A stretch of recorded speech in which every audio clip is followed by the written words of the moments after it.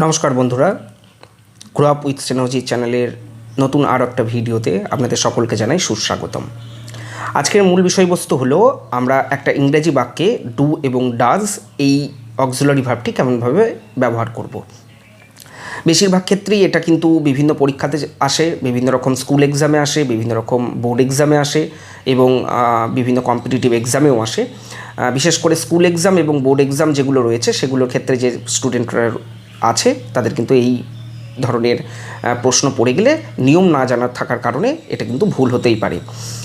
দেখুন, do R does এই auxiliary ভার্বটি কিংবা বি ভার্বটি আমরা যদি একটা বাক্যে সঠিকভাবে ব্যবহার করতে চাই তাহলে আমাদেরকে এই বি ভার্বের ইউজের আগে আমাদেরকে অন্য একটা ইংরেজি গ্রামারের চ্যাপ্টার শিখতে হবে, যে চ্যাপ্টারটার নাম হচ্ছে পার্সন। আমি খুব সহজ এবং খুব অল্প সময়ে আমি পার্সনটা আপনাদেরকে বোঝাবার চেষ্টা করছি। দেখুন, আমরা ইংরেজি গ্রামারে সাধারণত পার্সনকে তিন ভাগে ভাগ করি। একটি হচ্ছে ফার্স্ট পার্সন, একটি হচ্ছে সেকেন্ড পার্সন এবং আরেকটি হলো থার্ড পার্সন। এবং আমরা জানি যে প্রত্যেকটা পার্সনের আমরা আবার দুটো করে ভাগ পাই। প্রত্যেকটা পার্সনের আবার দুটো করে ভাগ পাই। কী কী? একটি সিঙ্গুলার অর্থাৎ এক বচন, আর একটি হচ্ছে প্লুরাল অর্থাৎ বহু বচন। অর্থাৎ ফার্স্ট পার্সন সিঙ্গুলার রয়েছে, ফার্স্ট পার্সন প্লুরাল রয়েছে, সেকেন্ড পার্সন সিঙ্গুলার রয়েছে, সেকেন্ড পার্সন প্লুরাল রয়েছে, থার্ড পার্সন সিঙ্গুলার রয়েছে এবং থার্ড পার্সন প্লুরাল রয়েছে। বিভিন্ন রকম প্রোনাউন যেগুলি রয়েছে সেগুলি সাধারণত একটা পার্সন হিসাবে ব্যবহার করা হয় এক একটা পার্সন অনুযায়ী, এবং কিছু নাউনও রয়েছে, সেই নাউনগুলোও কিন্তু আমরা পার্সন হিসাবে ব্যবহার করতে পারি। আচ্ছা, আমরা জেনে নিই তাহলে first person singular, first person plural কোনগুলো, এবং সঙ্গে সঙ্গে জানবো আমরা second person singular, second person plural এবং third person singular, third person plural কোনগুলো। দেখুন, সাধারণত পার্সনকে আমরা যে ভাগগুলো পাই আমরা সাধারণত যেগুলো জানি I, we, you, you, he, she, it এবং দে। আমরা বিশেষ করে এই পার্সনগুলো এরকমভাবে জেনেই অভ্যস্ত, কিন্তু আমাদের জানা থাকে না যে এই যে প্রোনাউনগুলি রয়েছে এই প্রোনাউনগুলোরও আবার কিন্তু কোনোটা অবজেক্টিভ ফর্ম রয়েছে, কোনোটার পজিটিভ অ্যাডজেক্টিভ রয়েছে, কোনোটা পজিটিভ প্রোনাউন রয়েছে। প্রত্যেকটা প্রোনাউনের কিন্তু মোটামুটিভাবে এরকমভাবে ভাগ করা হয়। রিফ্লেক্সিভ প্রোনাউন, যেগুলো আমরা প্রোনাউনের যখন চ্যাপ্টার আমি করাবো তখন আমি সেগুলোকে খুব সুন্দরভাবে বুঝিয়ে দেবো। আপাতত আমাদেরকে যেটা মনে রাখতে হবে যে ফার্স্ট পার্সন আই তো অবশ্যই, কিন্তু আয়ের সাথে সাথে তার অবজেক্টিভ রূপ me, positive pronoun mine, positive adjective my, এবং তার সাথে সাথে এইগুলোও কিন্তু কী হয়, সিঙ্গুলারের মধ্যে পড়ে, ফার্স্ট পার্সন সিঙ্গুলারের মধ্যে পড়ে। এবং দ্বিতীয় ক্ষেত্রে ফার্স্ট পার্সন প্লুরাল মানে আমরা যেটা শুধুমাত্র জানি উই, কিন্তু শুধু উই নয়, উইয়ের সাথে সাথে উইয়ের আর যেসব অবজেক্টিভ ফর্ম কিংবা যেসব পজিটিভ অ্যাডজেক্টিভগুলো রয়েছে বা পজিটিভ প্রোনাউনগুলো রয়েছে সেগুলো। তাহলে আমরা একই সাথে আই, উই এটা তো জানছি, এবং তার সাথে সাথে আয়ের যে বিভিন্ন রূপগুলো রয়েছে সেই রূপগুলোও কিন্তু সেই পার্সনের মধ্যেই পড়বে। অর্থাৎ ফার্স্ট পার্সন সিঙ্গুলার নাম্বার বলতে আই, মি, মাইন, মাইকে বোঝাই। ফার্স্ট পার্সন প্লুরাল বলতে উই, আস, আওয়ার। ঠিক একইভাবে second person you, your, yours, এবং second person plural you, your, yours. Third person he, him, his. She এর যে ভাগগুলো রয়েছে সেটা হচ্ছে হার। ইটের যে ভাগ রয়েছে সেটা হচ্ছে ইটস, এবং প্লুরালের ক্ষেত্রে দে, দের যে আবার ভাগটা রয়েছে দেম, দেয়ার্স। এগুলোও কিন্তু মেনলি আমরা থার্ড পার্সন প্লুরাল নাম্বার আমরা বলতে পারি। তাহলে শুধুমাত্র I, we, you, you, he, she, it কিংবা দে এগুলোকেই আমরা পার্সন হিসাবে বুঝবো না। আমরা কি তার সাথে সাথে প্রোনাউনের আরও যেসব আলাদা আলাদা ভাগগুলো রয়েছে সেগুলোও কিন্তু আমরা সেই পার্সনের মধ্যে রেখে দেবো, যাতে আমাদের পরবর্তীকালে বিভিন্ন রকম গ্রামার করতে সুবিধা হয়। দেখুন, এবার আমরা তাহলে ফার্স্ট পার্সন সিঙ্গুলার এবং first person plural, second person singular plural, third person singular plural আমরা কিন্তু জেনে গেছি। এবার আমাদের আজকের যে ভিডিওটা বানানোর মূল উদ্দেশ্য সেটা হচ্ছে ডু এবং ডাজ এই যে অক্সিলারি ভার্বটি রয়েছে এই অক্সিলারি ভার্বটি একটি বাক্যে কীভাবে বসাবো তার নিয়মটা জানা। দেখুন, এক্ষেত্রে আর একটা কথা বলে রাখি যে আমরা ফার্স্ট পার্সনের আমরা সাধারণত আই এবং আয়ের অন্যান্য যেসব ভাগগুলো রয়েছে সেগুলোও আমরা ফার্স্ট পার্সন সিঙ্গুলারের মধ্যে ফেলতে পারি, এবং প্লুরালের মধ্যে ফেলতে পারি উই এবং উইয়ের যেসব ভাগগুলো রয়েছে, এবং থার্ড পার্সনের মধ্যে আমরা ফেলতে পারি আমরা আই এবং উই এইটা, এবং সেকেন্ড পার্সনের মধ্যে যেটা ফেলতে পারি সেটা হচ্ছে যে ইউ এবং ইউয়ের আরও যেসব ভাগগুলো রয়েছে। সেগুলো আমরা ফেলতে পারি। আমরা মোটামুটি যেগুলো সাবজেক্টিভ ফর্ম, সেই সাবজেক্টিভ ফর্মগুলো আমরা প্রত্যেকটা পার্সেন্ট থেকে লিখে রেখে দিলাম। এক্ষেত্রে আমাদের যে জিনিসটাকে মনে রাখতে হবে যে আই উই ইউ, অর্থাৎ আই উই এবং ইউ, দেখুন এটা ফার্স্ট এবং সেকেন্ড পার্সনের মধ্যেই রয়েছে। এই আই উই এবং ইউ এই তিনটে সাবজেক্টকে বাদ দিয়ে পৃথিবীতে আর যাই কিছু সাবজেক্ট বাক্যে ব্যবহার করা হোক না কেন, সবগুলোই কিন্তু কোন পার্সন হবে? Third person. আর একবার নিয়মটা আমি বলছি, আই উই এবং ইউ অর্থাৎ ফার্স্ট পার্সন এবং সেকেন্ড পার্সন, এই যে এই ঘরটাকে বাদ দিয়ে, এই ঘরের মধ্যে যেসব প্রোনাউনগুলি রয়েছে সেই প্রোনাউনগুলিকে বাদ দিয়ে পৃথিবীতে আর যাই কিছু সাবজেক্ট হোক না কেন, সবগুলো কোন পার্সনের মধ্যে পড়বে? সবগুলো কিন্তু থার্ড পার্সনের মধ্যে পড়বে। যেমন আমি যদি রাম বলি, তাহলে রামটা কোন পার্সনের মধ্যে পড়বে? অবশ্যই কিন্তু মনে রাখতে হবে রামটা থার্ড পার্সনের মধ্যে পড়বে। কেন?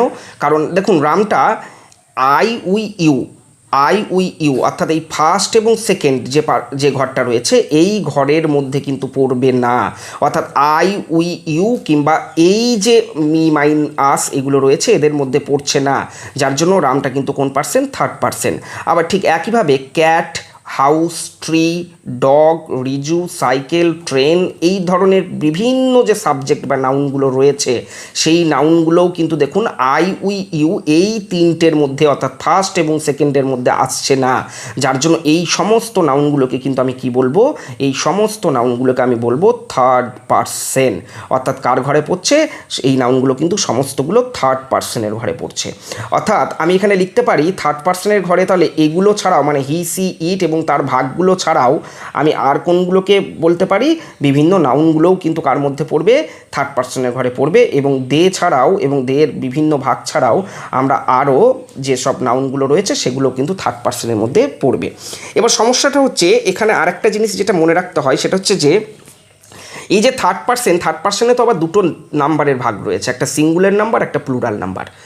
তাহলে আমরা কি করে বুঝবো যে যেটা থার্ড পার্সন হচ্ছে, অর্থাৎ রামটা তো থার্ড পার্সন, কিন্তু থার্ড পার্সন সিঙ্গুলারের ঘরে বসাবো না আমরা থার্ড পার্সন প্লুরালের ঘরে বসাবো?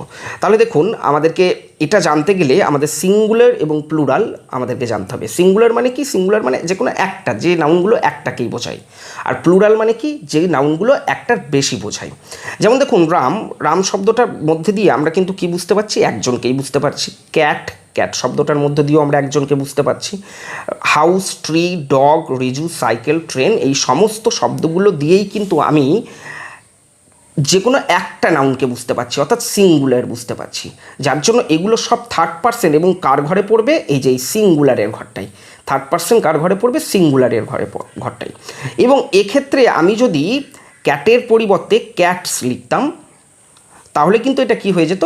তাহলে এটা থার্ড পার্সন হতো, কারণ আই উই ইউ এর মধ্যে পড়ছে না, কিন্তু থার্ড পার্সন কি নাম্বার হয়ে যেত? থার্ড পার্সন প্লুরাল নাম্বার হয়ে যেত। কেন? কারণ এই নাউনটার শেষে এস যোগ আছে। তাহলে এখানে আমরা একটা নিয়ম মনে রাখতে পারি যে যেসব নাউনের শেষে কি থাকবে? এস অথবা ইএস যুক্ত থাকবে।